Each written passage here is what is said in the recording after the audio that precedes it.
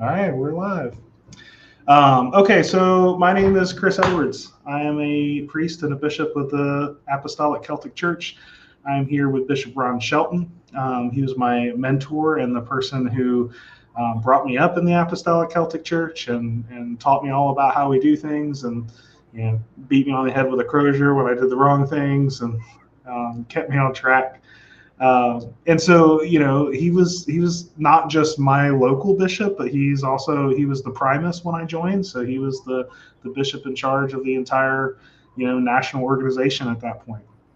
He's retired from that position, and I've been thinking about how we lose some of the information because you're not in that role anymore, and so we lose some of our history and culture. And so the purpose of these is to try to capture some of that. This is the fourth in the series, so if you have not watched part 1, part 2, or part 3, I would encourage you to go watch those on our YouTube video. We've got them up on Facebook as well. But you should be able to listen to this one without having to go back. They kind of are standalone because we're just asking questions. And at this point, we are at the place where we are moving into conversations around the liturgical practice of the Celtic Church and what makes that unique or special. With all of that being said, Bishop Ron, I've got questions I'll start us with, of course, but if you want to say hello or greetings or say anything in any way, I would invite you to do that in this space. Well, I'd like to say good evening, and it's good to be with you.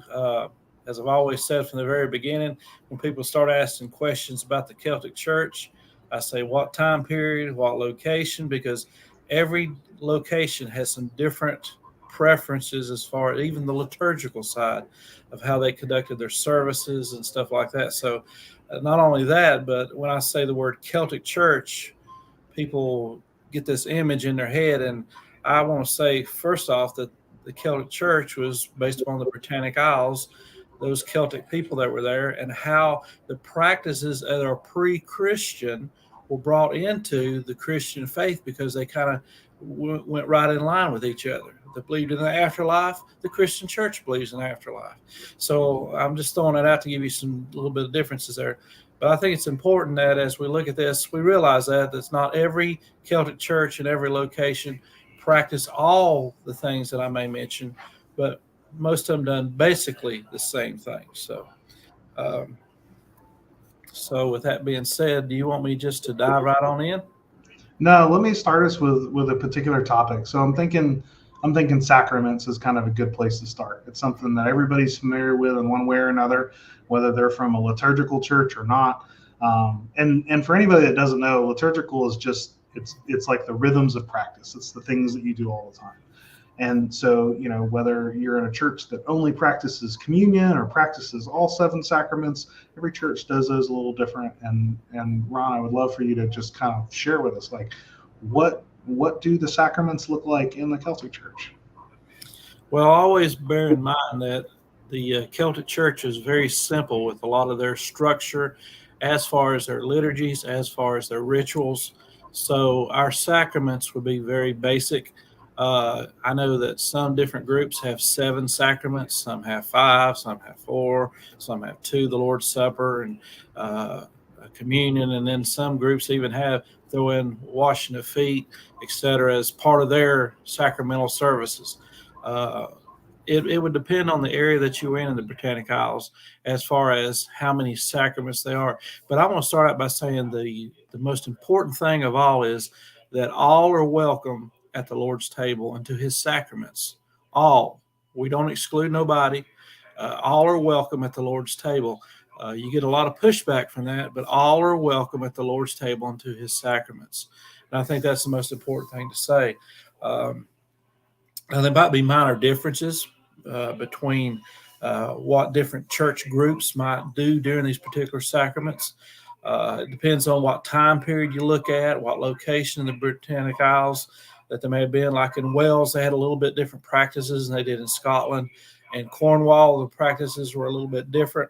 And I just want to mention that a lot of people say, well, when you're talking about liturgy or the liturgical seasons, how do you know what they, at that time period, were doing? Well, that's because there's there's the Book of Deer, which is Scottish. There's the Book of Dema, the Book of Mullen, the Book of Armagh.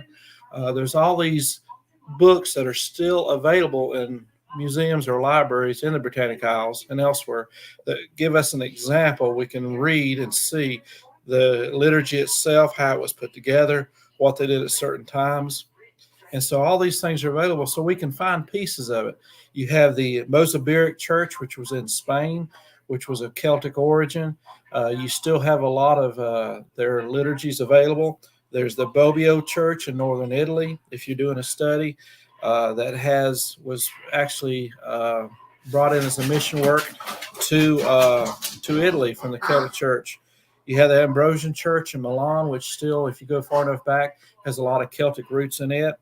And as I said, the Gallican Church in France. So you can read up. And one thing I found that I enjoy the most is I love to read. So if you love to read, you acquire books, writings, etc. And Bishop David Stalker had a teaching, which all I have is the bullet points. I don't have what I call the filler, but he taught on Celtic liturgy and how different phases of it, different time periods, the different Celtic rituals that would take place. So all these things are there. You just have to research them. And the sacraments are what is given to us through the church for us to respond to. There's sacrament. There would be the sacrament of marriage, etc. The Eucharist. There is baptism. And, if we were talking about particular liturgies, in particular, different parts of the liturgies, we'd get into more of an in-depth study. But at this time, I just want to mention them, that it varied. In Ireland, they were different than they were in Wales and Scotland and Cornwall. There's a difference between Iona and Northumbria communities. There's just a difference there. A lot of it's vocabulary sometimes. Sometimes it's just a little bit different how things were introduced to that particular area. Chris, if you want to jump back in, that's a rough overview. But what it just tells us that it was more than just one little location. It's one thing to go to a church in a particular area, or Iona, for instance, and dig into what they used to do and how they did it. But when you begin to, there's a broad reach. One thing I just want to say up front here is somebody asked me, it came up a couple of weeks ago, did I have any regrets when I was promised of the Apostolic Celtic Church? Did I have any regrets? And I believe one of the only regrets, and it's not really a regret, it's just something that we allowed to happen, is as people were joining, they wanted to be part of the Celtic Church, but they wanted to bring traditions from other groups in and make us mold us to fit into what they thought we should be. And that, I never said nothing. I kept my mouth shut as a promise. Sometimes you just do it. But we've got to realize it's a simple faith. But sometimes we want to get so complicated and bring in from different backgrounds, different groups, evangelicalism or Catholicism or these other groups. And I'm not saying they're bad, but I'm just saying to be the Celtic Church, you got to be that church, and you can't allow others to come in and drag you down a road that you really don't need to go. I think that's with any group. I don't care what group. You may be watching this and you're a member of a totally different group that meets in a different area, does different liturgies, different things. There's nothing wrong with that, how you worship. But we should always remember, if we're joining into a group, that we don't need to try to mold that group to fit what we want. We need to be able to fit into that group. If we don't fit in, I found the best thing, trial and error, which Chris, you were through some of that, was, you're happy when they come, but you're happy when they go. It's like I'm saying, you don't mean that bad, but sometimes you're just not a good fit. And we've had several not good fits in past history when I was promised, and it bothered me, but because I wanted everybody to come. I want everybody to if you say, I want to be in the Celtic Church, come on in. I want to be in the Celtic Church, come on in. But there was never no set, this is what our views are. This is what our liturgy is, and this is what we're going to do. And if you don't want to do that, then, well, maybe there's some other group you can go to that does that. So I learned the hard way now, and it's hard being a promise. People say, oh, it's the easiest thing in the world. No, it's not. The bigger you get, the more problems you have. It's like the churches. When it's just if you're fine, you can just do whatever. But when it builds and grows, you get 9 different people and 25 different views on stuff. And you gotta take a stand at times. And that's not being mean or ugly. They're just saying, well, the Celtic Church might not be for you. Some people like very high church. They like the smoke and bells and whistles and all that high church. In the Celtic Church, historically, when I first came to the church, the only times we had a very high liturgical service was at Pascha, which is always celebrated the Sunday after Passover.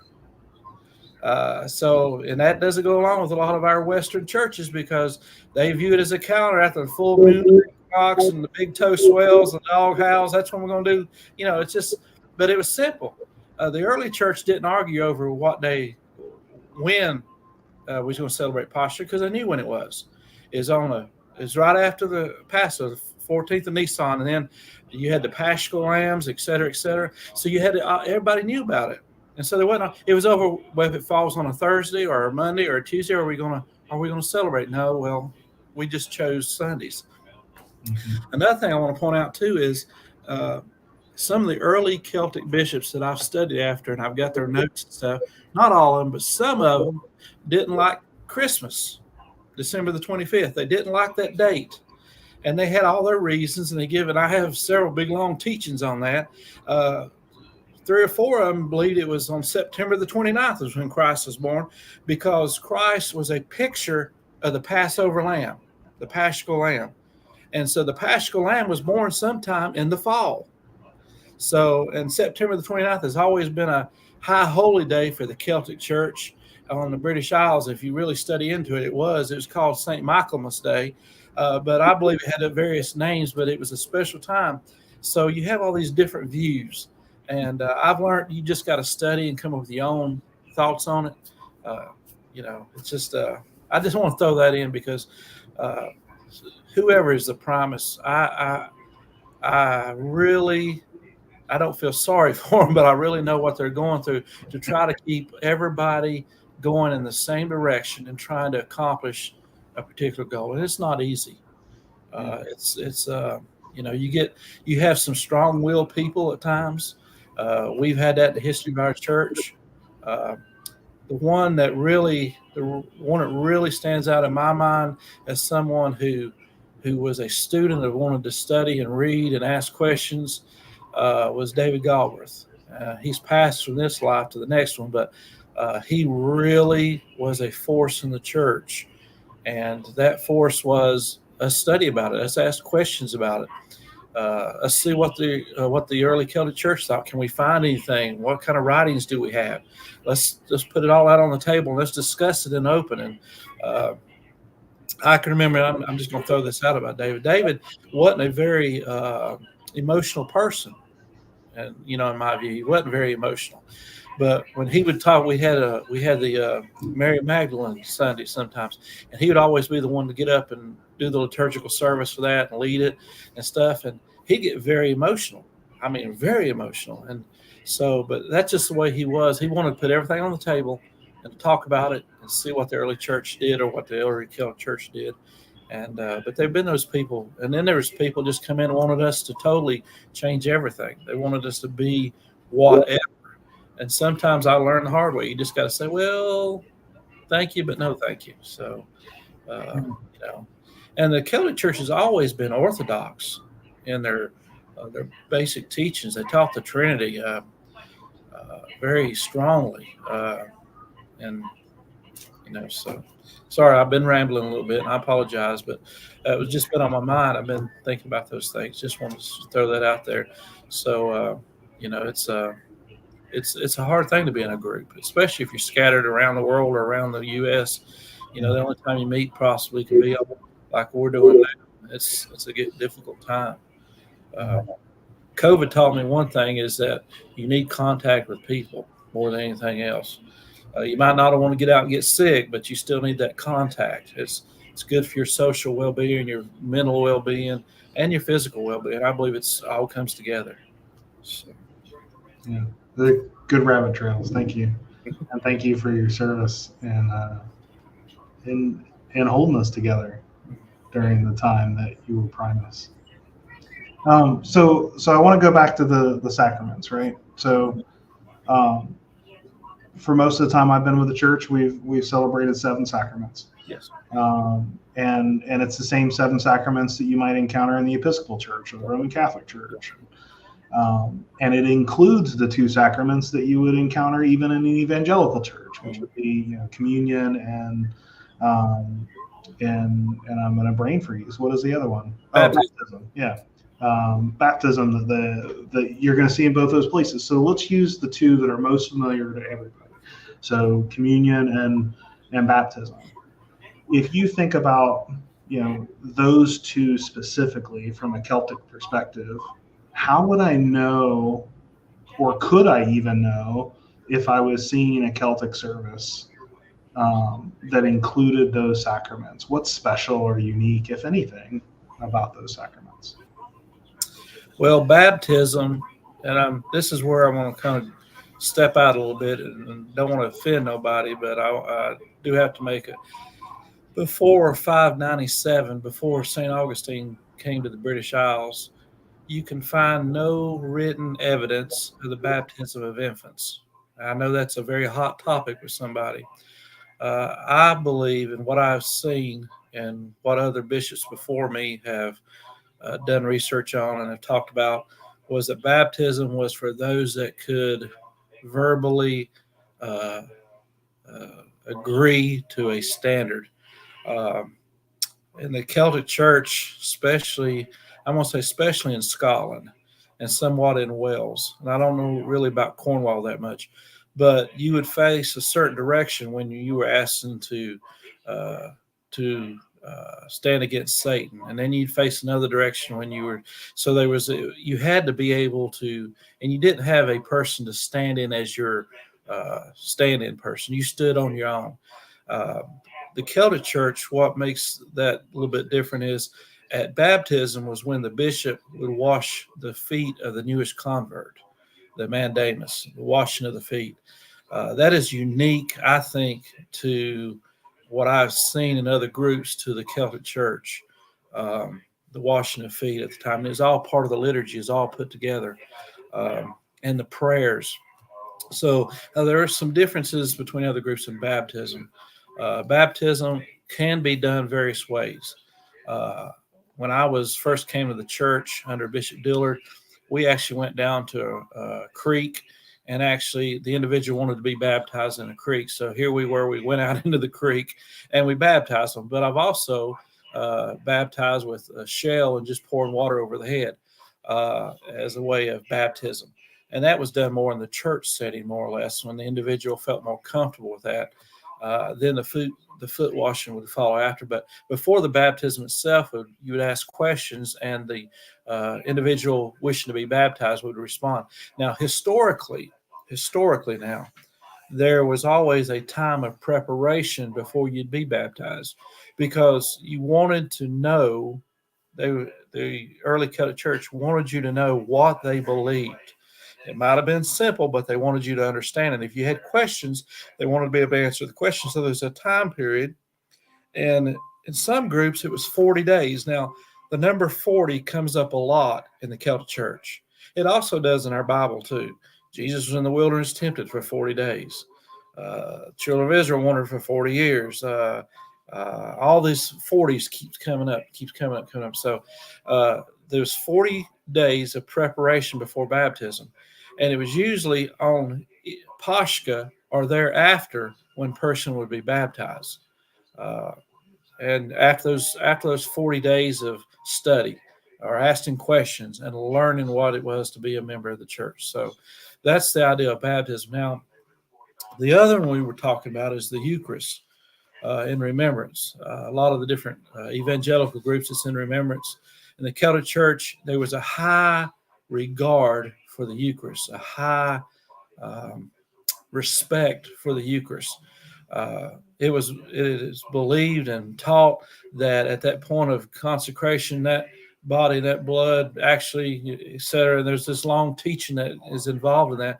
But there's a high regard for the Eucharist itself, very respected, very looked to. In fact, in many of the early churches, there was a point in the service where all non-members, non-believers, non-members, if you were not a member, they would stop the service and the deacon would go and ask everyone to leave. Or they'd be in a certain part of the church where they just shut the door, because the Eucharist was only there for those who believed, those who were members in good standing, not those that were not members. So there's a part in the service where the Eucharist was shut off. People that were not members would leave, which is unusual, but in the early church days, in the Celtic Church, that's just the way it was. It was understood for that. They really took it serious about not partaking of something unaware. They wanted you to know what the Eucharist was about. They want you to understand what membership was. So those two things there, I believe you have some groups have a low view of baptism and a low view of the Eucharist, or I call it low view. I don't mean to be disrespectful to them, but they just look at it just a time. We're just going to have a little chiclet, a little bit of grape juice. We're going to dip it. And, they don't really think about the theology behind it that's being presented. The same way with baptism. Not saying that if they do this, they're wrong. I'm just saying they viewed it differently. Different groups viewed it differently. In the Celtic Church, the baptism was for believers who could respond. Children were given a blessing. They weren't baptized. They were given a blessing at the time they received their naming. If you go back far enough in history here in America, there was a time when people didn't name their kids to after 3 or 4 or 5, 6 weeks later that they were going to survive, because most children died in infancy. So it's just a little bit different take on the view of baptism and on the Eucharist or the Lord's Supper, however you want to call it. The others, there's 7 of them, and there's different views of those things. The Celtic Church view was always very simple, I tell you what, I really love the baptismal service. And I have, like I said, the bishops that come before me had put together a format that they thought represented the different aspects. In our church, in the day when I was promised, represented more of the Welsh, but more strongly the Scottish Celtic Church. Those two views were very prominent. The Welsh was smaller, but the Scottish group was very large, because a lot of our bishops, and then going back in our history of bishops, were Scottish bishops. And so it had a very strong Scottish flair. Like we say, deign to kindle your lamps through communion with you. We had little Scottish phrases. I call them little ditties we'd throw out in the Eucharist itself or in the liturgy itself. So as a little, we had more of a Scottish influence than really Welsh. Cornwall, that's more or less just a historical thing. I've talked to some people that were in Cornwall, but it's very I don't really know of anybody in particular. So that's what, I hope I've kind of gave you some little foundational things there for you to go from. Yeah, absolutely. And I can hear in what you're saying too, this presentation of the history of it, where you're talking about, okay, like here's how things were. And I want to just highlight for those, because you and I know we've been present for more of the modern iterations. But for anybody listening, there's no test for membership now in order to receive communion. But you just have to give a statement of faith that you believe. Yeah. And some have used the Apostles' Creed for the statement of faith. Some have used the Nicene Creed. I like the Apostles' Creed. I think it's more simplistic. I believe everything is stated that needs to be. And our church have always, under my leadership, always had this to the most important things we're going to agree, and anything that wasn't really, we're just going to hold your own belief on those things. So it's very, it was just different. And so some people like the Nicene Creed. I don't find nothing wrong with it, but I just like the Apostles' Creed myself. Yeah.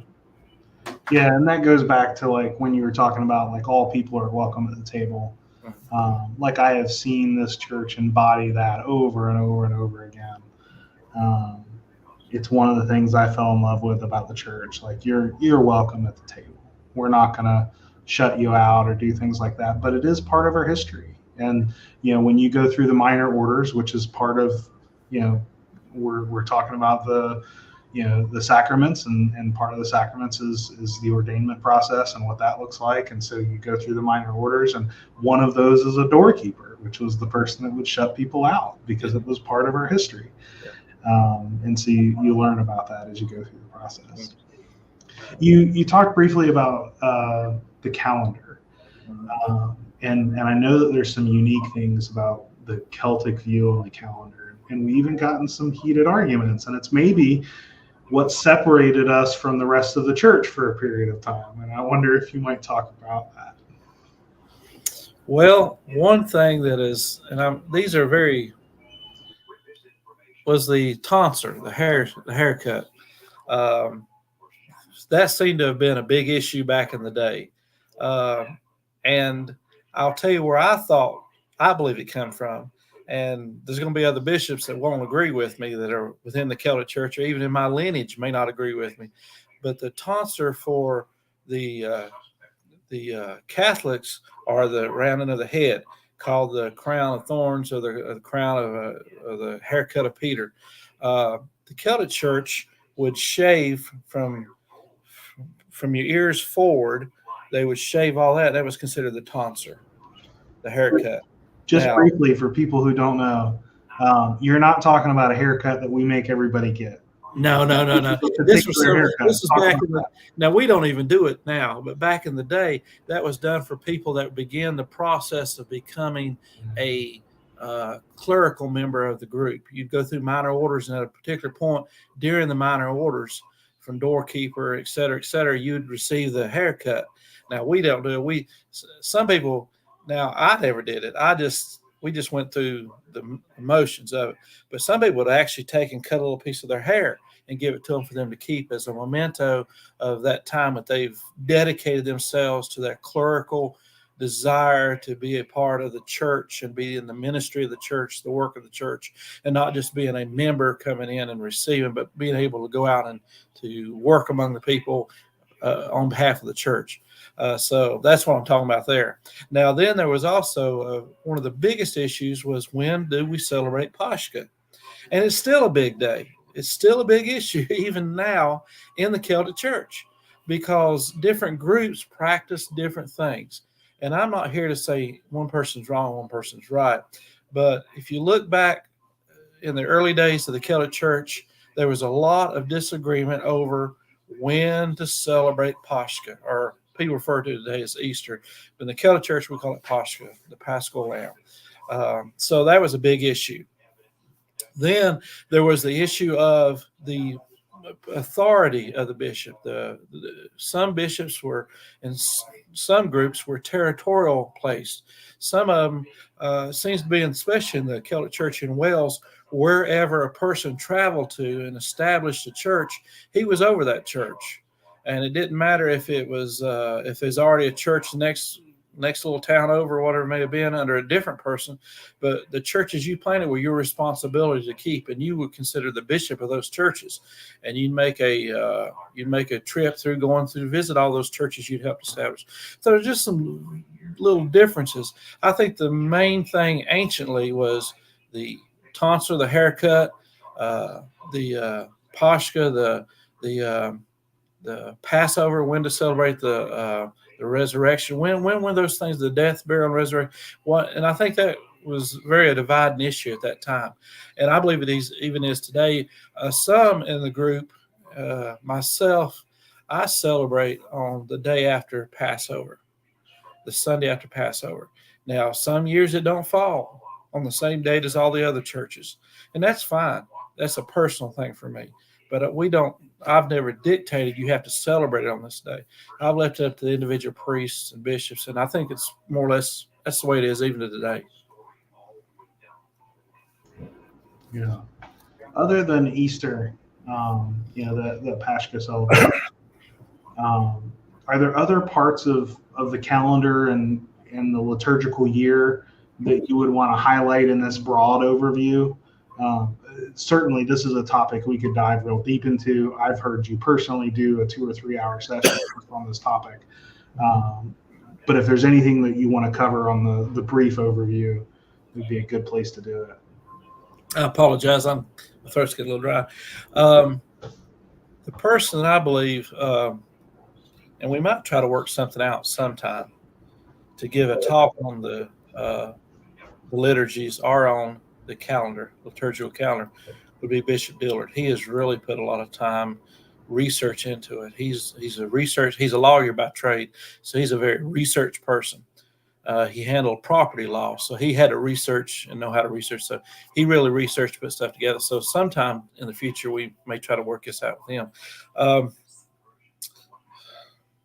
Let me see how I want to direct this. My mind just went blank. As you get older, you have those moments of time where nothing happens. It just disappears. So the calendar, it depended on where you were. Now, when I talk about calendar, I talk about holy days. You had high holy days and just holy days and days of celebration. Now, the Scottish Celtic Church, most of the days that they would celebrate would be based upon Scottish individuals that had historically accomplished something in the Celtic Church in Scotland. But you had some, let's say if you went down to Cornwall, you'd still have a few of these people, and there'd be Joseph Arimathea, John the Baptist. So you'd have a few, but then you'd have localized days, feast days for these particular individuals because of things they've done. Now, you get a little bit further down for that, but all of them practice a liturgical calendar as far as the year. The year would begin at Advent. Advent was the beginning of the year, and you flow around to the next Advent. But what was different about the Celtic Church was celebrated 5 Sundays in Advent. That's different. Most churches today do 4. Now, if you're in the Celtic Church, you can just do 4 days. That's fine. That's fine. But we had 5 days. And during those 5 days in the Celtic Church, our particular church, you wear a blue stole during Advent because Lent was purple. Advent was blue. And the symbolism there was Advent was a time of preparation for the second coming, but also his first. And so every Sunday had a particular thing. So it's five Sundays. Now, some people would say, I just do 4. That's fine. But I still personally celebrate 5 Sundays. In fact, I do it myself. I have scripture readings that I read through. I have certain things I do as I personally celebrate, even though I may attend the church that does 4 Sundays. That's fine. I still personally practice the 5 Sundays. And that came out of the Gallican Church in continental Europe. The Mozambique Church celebrated the same thing. They had 5 Sundays. And then Lent was practiced in the Celtic Church, where Advent was not a time of, woe is me, I'm bad. Advent was a time of preparation, a time of celebration, where Lent was more a time of reflection. Let's look at our own lives. Some within our group back in the day actually would do during Lent, they'd have a daily reading for each day, and they'd work through that daily reading. I practiced it a couple times. It's kind of fallen out. Not very many people do it now, but Lent was a time of self-reflection. Let's look at us, and let's prepare our hearts for the resurrection, for the death of Christ. Now I'll throw this out. The Celtic Church has never come out and said, when did Christ die? And what I'm talking about that is the evangelical world today says he died on Friday and he was raised on Sunday morning. Okay. Well, the Jewish time period was different. Went from sundown to sundown. It's different. Their days were different than what ours are today. So there's always been a difference. Now, me personally, I'm going to say this to you, and somebody will go, I don't know about that. I believe that Christ was crucified most likely either on a Wednesday evening or a Thursday evening, but not on Friday. Now, for those that still celebrate Good Friday, which Bishop had brought me in, Bishop Dillard celebrates Good Friday, and I don't have no problem celebrating it. I like Good Friday. In fact, that's the first service I came to in the Celtic Church, And Bishop Dillard's message was, it's all right to question God. God's big enough to handle any question we have. The problem in a lot of the churches today, I'm talking about at large, is you can't question nothing. But the questions don't scare God, and questions shouldn't scare the bishop or the priest or the deacons, because we should be able to give an answer to the questions that are being asked. There's nothing wrong with questions. So when people have questions, that means they're curious. That means they want to know, they want to understand. And that's a good opportunity for us as individuals in the faith to share why we believe certain things we believe. So I believe those two things have historically been a big issue. Also, the Celtic Church never had one supreme leader, the uno, the one, number one. We've never been like that. It's whatever churches you establish were your responsibility to maintain and to put priests in those churches. Now they'd come together, and there was like for instance, I'm going to talk about a little bit about this. In the Celtic beliefs, pre-Christian, you had the Druids. Every tribe had Druids that were part of their tribe. But you also had a high Druid that was over all the other Druids. And that didn't mean they was the number 101. It just meant they were chosen from the people to be the main spokesperson to lead. Now, that kind of got adapted into the Celtic Church. And through history, we've changed. Like even when I was promised, that didn't mean you had all the authority to do everything. You had to go back to the bishops, and as a group or clergy as a whole, many times we included all the clergy in our synods. Everybody was invited, and it didn't matter if you was in the lower orders, or if you was a deacon, or if you was a priest or a bishop. We included everybody in our discussions, because I believe everybody had something important to give and had different insights. It's almost like looking at a painting somebody's painted. You can stand there and look at it forever. Have you ever been going through a museum? And when I was stationed in England in the military, I visited a lot of the museums, and they'd have these beautiful paintings, and you'd just be standing there, you're awestruck by it. And you just be standing there, and somebody walk up beside you, and they'd be standing there, and they'd be awestruck to it, and say, "Oh, did you look at that tree?" And I go, "Oh, I didn't even notice that tree. I was just looking at all the colors. I wasn't trying to get specific, And so everybody has a different view. And there's nothing wrong with bringing everybody together around the table and saying, all right, what are we going to do about this particular subject that the church at large is facing? How are we going to do this? How are we going to accomplish this? Because, it wasn't my job as promised to dictate what everybody's going to do. My job was just to lead, get everybody going in the right direction, get us all talking and working through whatever the subject matters might have been. We led by consensus. So it's a little bit different. Some groups now, I've heard it said of the preacher, he's the mouthpiece of God. All of us are fallible. That's what we got to remember. We all make mistakes. Anybody that says they never made a mistake, they're the biggest liar and need to run from them. We've all made mistakes. As promised, I made mistakes. As a bishop, I've made mistakes. As a human being, I've made mistakes. We got to realize them, and we got to make them right or do whatever's got to be done to move forward. So consensus was the way the Celtic Church has historically come together. Now, Celtic people are very clannish, and that's why it really fits in with the Appalachian people of Western North Carolina, Virginia, because Scots-Irish, very clannish people, very clannish. And the Celtic Church has been that way too. This particular tribe over here may do things all the same, but they may do it just a little bit different. And so very clannish people.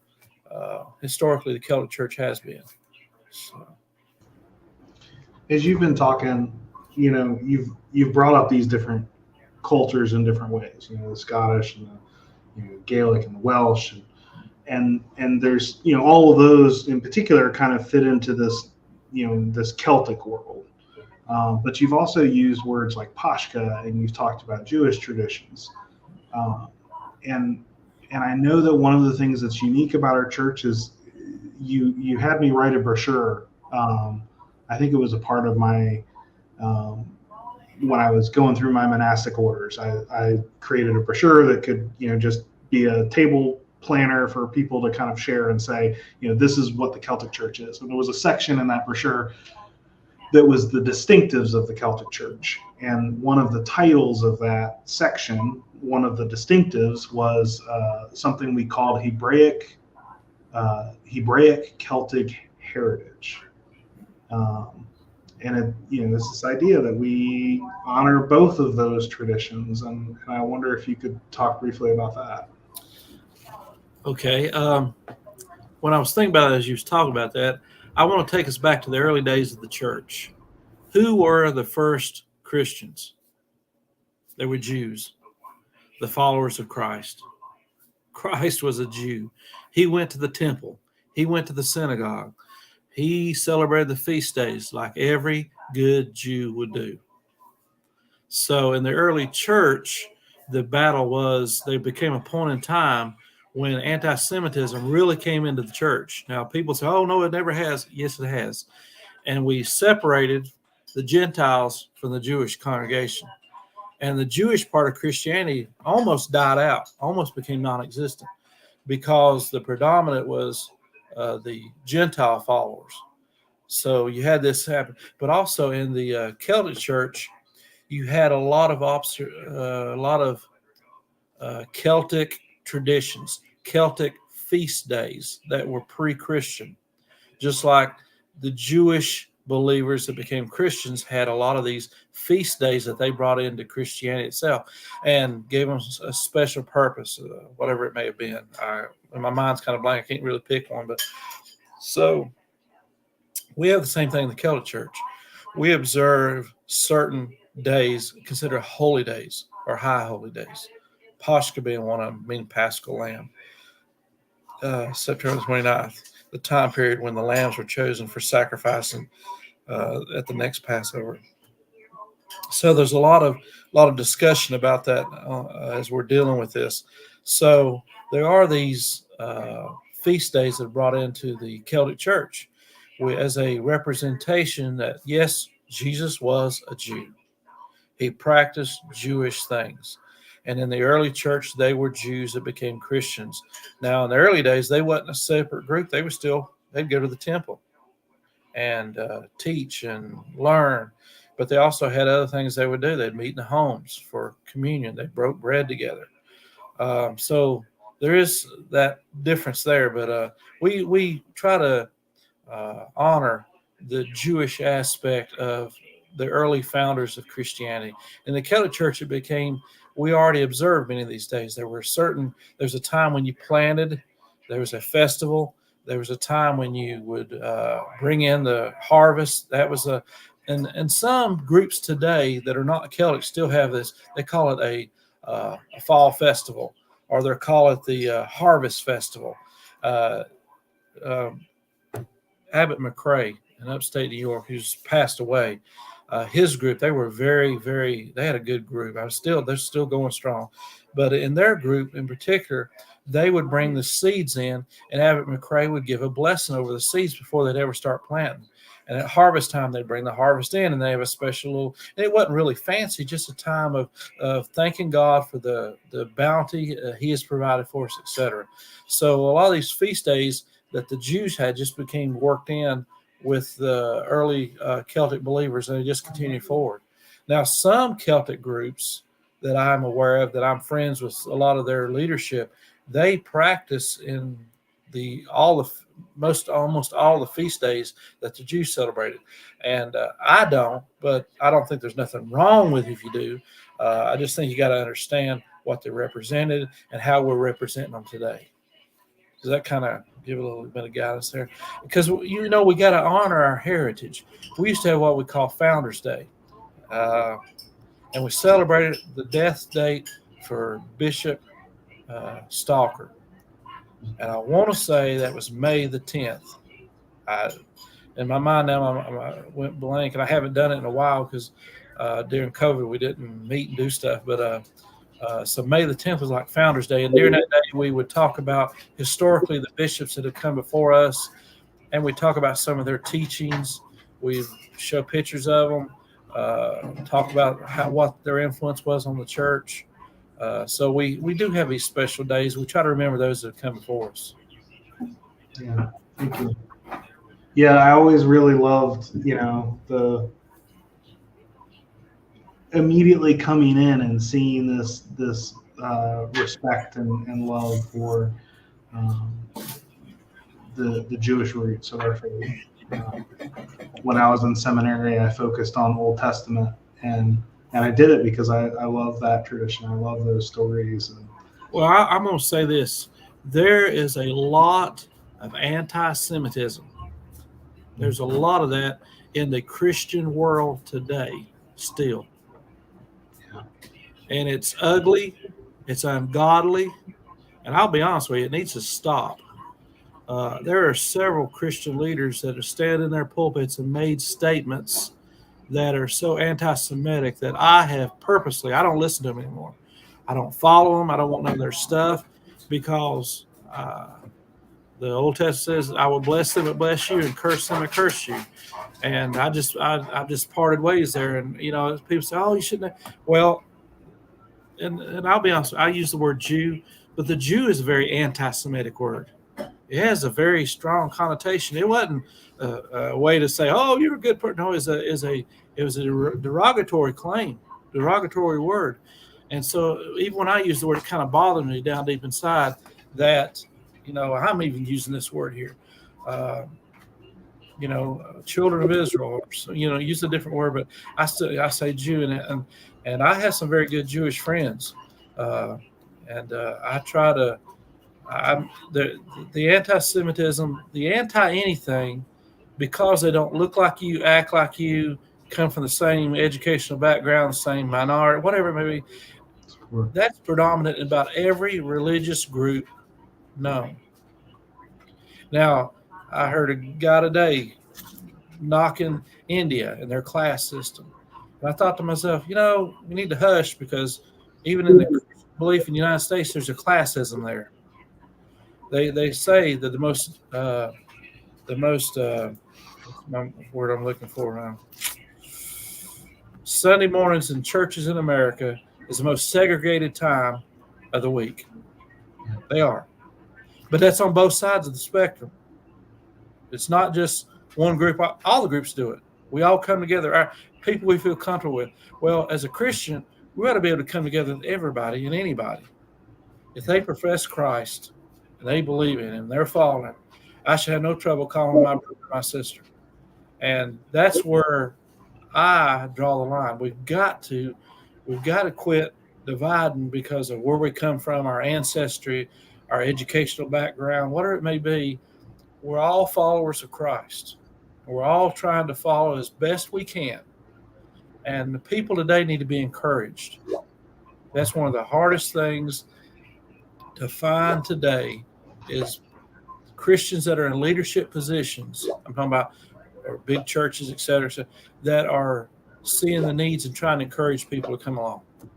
And that was the main job as being primus or being the bishop of the church, is to find those people, the talents and abilities they have, and encourage them to come to fruition, encourage them to grow. It's like planting a seed, get them to grow, get them to mature, get them to bear fruit.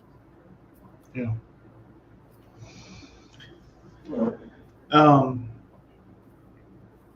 This is a bit of a change of a topic from what you were talking about. What we're coming up near the end of our time, and we're also coming up near the end of our series.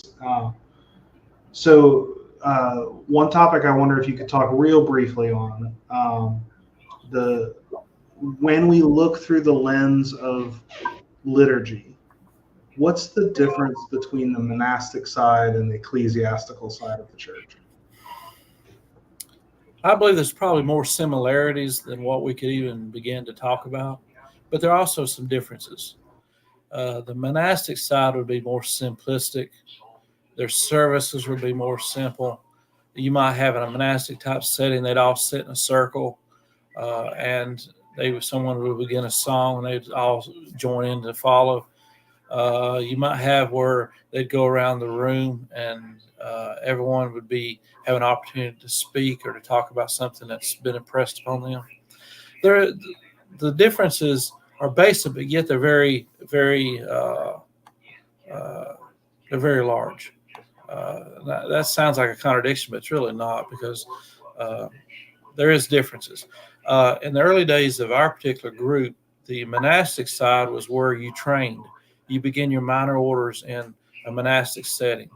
You come in and you were presented as a brother or a sister in a monastic group, and your training began. And at a certain point in that training, they would release you to go into the church side and become a deacon.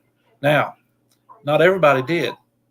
Some people stayed in the monastic side, and that was fine. And then on that monastic side, they had different ones that done different things within the monastic group. And every monastic group might have a few more different layers than others. Also within the Celtic Church, our particular church, after you came out of the monastic training and became a deacon, you could be a transitional deacon, which meant you were headed towards the priesthood, or you could stay a deacon. There was a decision made. Had a lady that she always said she was my deacon. She's the primace's deacon. She's one I go to plan events and do everything else, and she would plan out everything. She was a deacon. She had no desire to go on to be a priest, but she wants to stay a deacon. But the monastic side was used more for training. We were connected through our heritage to the Celtic Church of Scotland. And it still exists, but they have different names, and they're broken down in smaller groups now for those that are still going on. A lot of them have already passed away. But they would do the same process. You train on the monastic side, and then you would ask to be released to the church side, and they would grant that request after your training for a particular time. Most church services, I like more of a moderate, not a low liturgical church setting. But on those special days, I think like for Pascha, for Christmas. Now, I'll be honest with you, Christmas for the group that when I came in the Celtic Church under Bishop Dillard, Christmas was a big thing. And so Pascha was even bigger, but I'm just talking about it was all the bells and whistles. It was something else. And it was a beautiful service.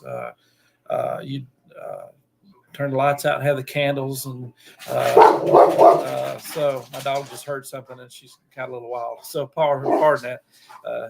When she hears something outside, she's going to let us know it. So I'm having to watch to see what's going on. Oh, the dog's trying to get out the door. But anyway, so there is a little difference. But for a later time, sometime down the road, I'll try to put together what that process looked like. So. Yeah, there's a lot of detail there that we definitely don't have time for, but that's a good starter. And the simplicity, the meeting in the round, those are the kind of things. That's what I've observed too. Last one, and I don't know that I can give you nearly enough time to cover this one, but the Celtic Church has an interesting relationship with mystery. This ability to sit with things that are uncomfortable, to sit with things that you said a minute ago, you were like, I know that sounds like a contradiction, but it's not. And it's this type of mystery. Some people would call it non-duality. That's a word that's become more popular lately. It's being able to sit with two things that seem to oppose each other. What has your experience in the Celtic Church been with sitting with mystery, with non-duality, and how that might show up in liturgy? I'm going to say that dealing with Abbot McCrae and his group in upstate New York was more of a mystery-based, heavily. You would have loved to have been around him. You'd have loved him. Now, he's very clear-cut, but at the same time, he dealt with a lot of the mysteries. And they're still on the church side, too, for us.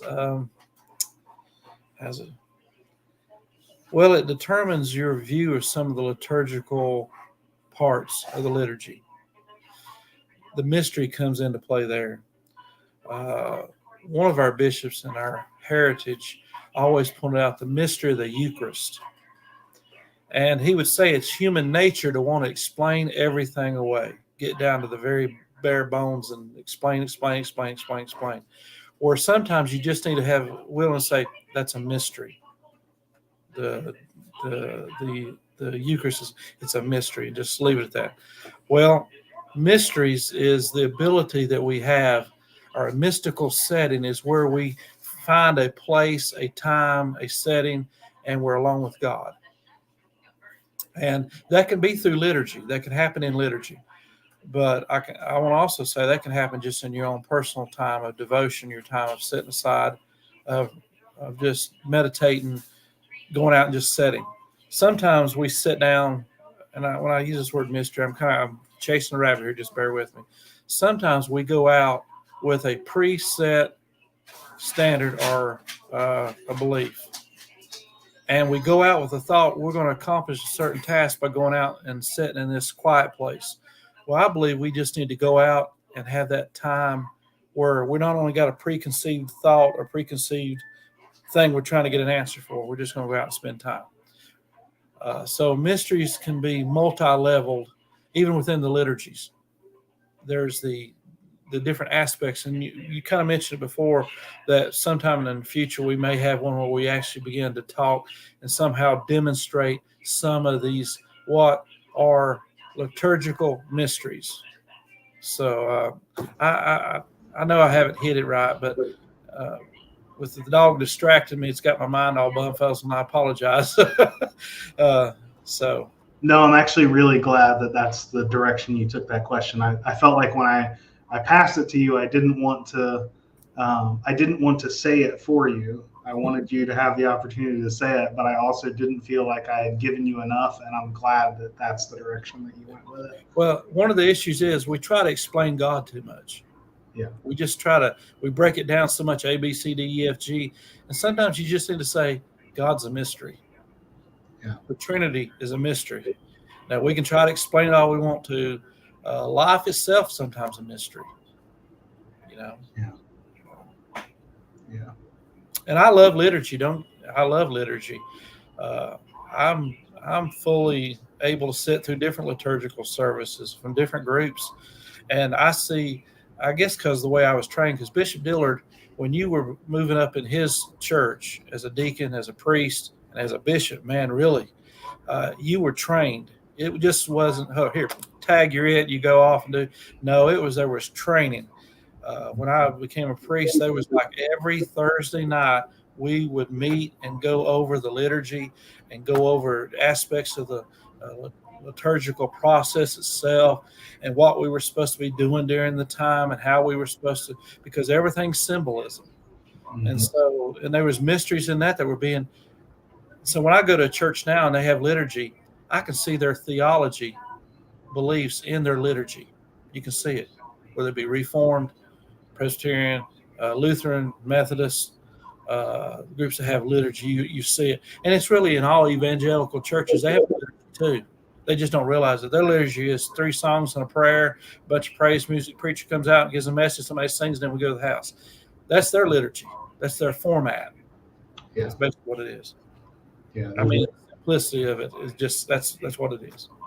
That commonality of practice and the mystery that can be found there is so, there's so much depth there. And I know when I first walked into the church, I was really struggling, but I think I was in just the right space. Like I had walked into an Episcopal church, years before and had thought it was heretical because it looked to me like they were worshiping, books and items and things like that because they had so much reverence for those things. Yeah. But what stood out to me as I sat in that space was some of those mysteries were explained. Yes. And over time, you learn from them, and you can identify them in other groups. Yeah. You just, I don't know, it's just something you become aware of it. Where before you never paid no attention. Oh, that's just a bunch of words. No, there's a ritual involved in that. Why? And it becomes evident. So.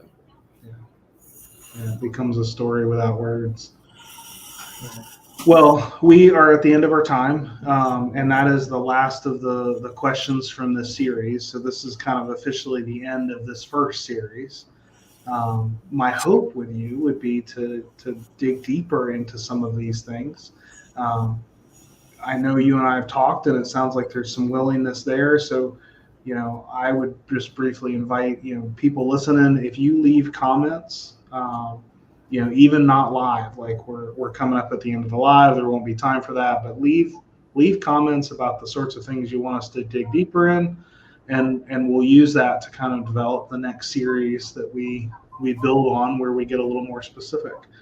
With that being said, do you want to close us out in any particular way or say anything as we close? No, just ask your questions. Just send them in to Chris, and we'll try to develop and have some other people actually speaking would be great too. Yeah, I'd like to get some more voices. All right. Well, Ron, thank you for your time. Those of you watching, thank you for being here. I'm going to close out the broadcast.